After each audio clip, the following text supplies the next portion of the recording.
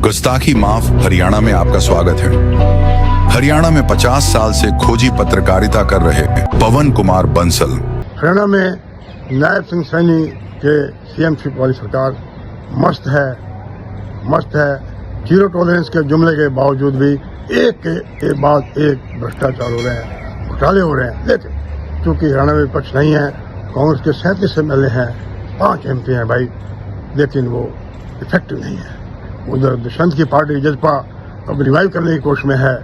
और अब एक और बता दें आपको, आज से 4 दिन बाद किसानों के मसीहा सर छोटूराम की सर जमीन रोहतक में अभय चौटाला और मना रहे हैं वहां पर इनेलो Chaudhary Devilal, deputy prime minister जो किसानों के मसीहा रहे, उनका जन्मदिवस मना रही है। और इसी बहाने तय होगा हरियाणा में जाट नेतृत्व किसके हाथ में आएगा।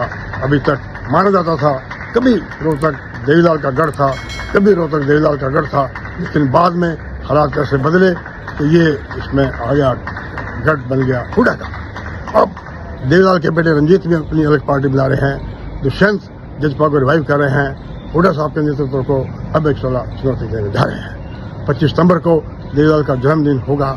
अभय चौटाला जब उनके पिता सीएम थे ओम प्रकाश चौटाला, तो उनके बिगड़ैल शाहजादे के रूप में जाने जाते थे, लेकिन अब उनकी छवि में, अभय चौटाला की छवि में बड़ा सुधार आया है। वो एक जुझारू नेता के रूप में उभरे हैं, चाहे असेंबली हो या जनसभाओं हो, उन्होंने जनता के हित के मुद्दे बड़े प्रभावशाली ढंग से उठाए हैं। और अभय चौटाला देवीलाल जयंती को कामयाब बनाने के लिए पूरे प्रदेश का दौरा कर रहे हैं भाई।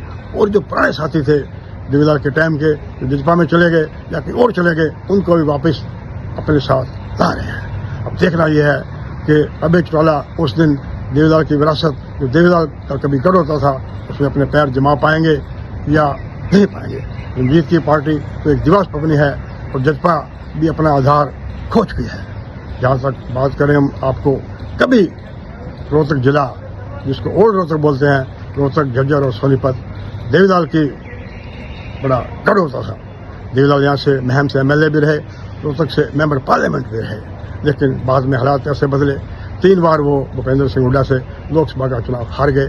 और महम में जब 90 में उपचुनाव हुआ, उनके केंद्र में डिप्टी प्राइम मिनिस्टर बनने के बाद, तो ओम प्रकाश चौटाला को महम में मुंह की खानी पड़ी। तब देवीलाल एक बड़ी भारी गलती कर बैठे।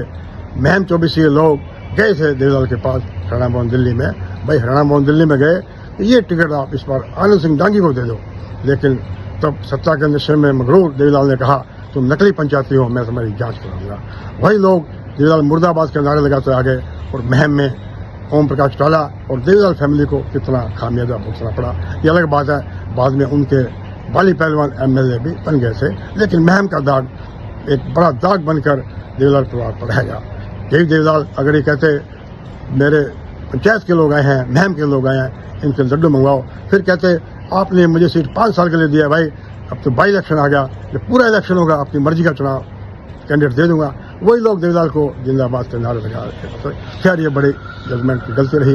अब देखना ही है कि देवीलाल की जो कभी देवीलाल का गढ़ था, बाद में हुड्डा का गढ़ बन गया, अब उसमें अभय चौटाला अपने कितने पैर ना पाएंगे। हालांकि भूपेंद्र सिंह हुड्डा ने 3 बार हराया इनको, चौधरी देवीलाल को बहुत कम मार्जिन से हराया था, मतलब कि वो भी रोहतक शहर और कलानौर शहर के लोगों की वोट से हराया था। जाट में तो देवीलाल की लीड आती थी, लेकिन कलानौर और रोहतक में 2 शहरों की वोट उस सारी लीड को तोड़ देती थी और भूपेंद्र सिंह हुड्डा चुनाव किए जाते थे। अभय चौटाला खुलेआम आरोप लगा रहे हैं कि भूपेंद्र सिंह हुड्डा बीजेपी की बी टीम बनकर काम कर रहे हैं। बीजेपी क्योंकि उन्हें डर है, उनके खिलाफ जो ED के केस हैं, उनसे डरते हुए अमित शाह के इशारे पर वो भाजपा की मदद कर रहे हैं। उधर जजपा ने, दुष्यंत के नेतृत्व वाली पार्टी ने 10 सीटें आई थी चुनाव में, पीछे भाजपा को समर्थन दे दिया, जिससे जाट किसान लोग उनसे नाराज हैं। अब हालात बड़े अविचित्र बन गए हैं। देखना है 25 सितंबर को कैसी गैदरिंग होगी, उसके राजनीति पर क्या प्रभाव होंगे। नमस्कार।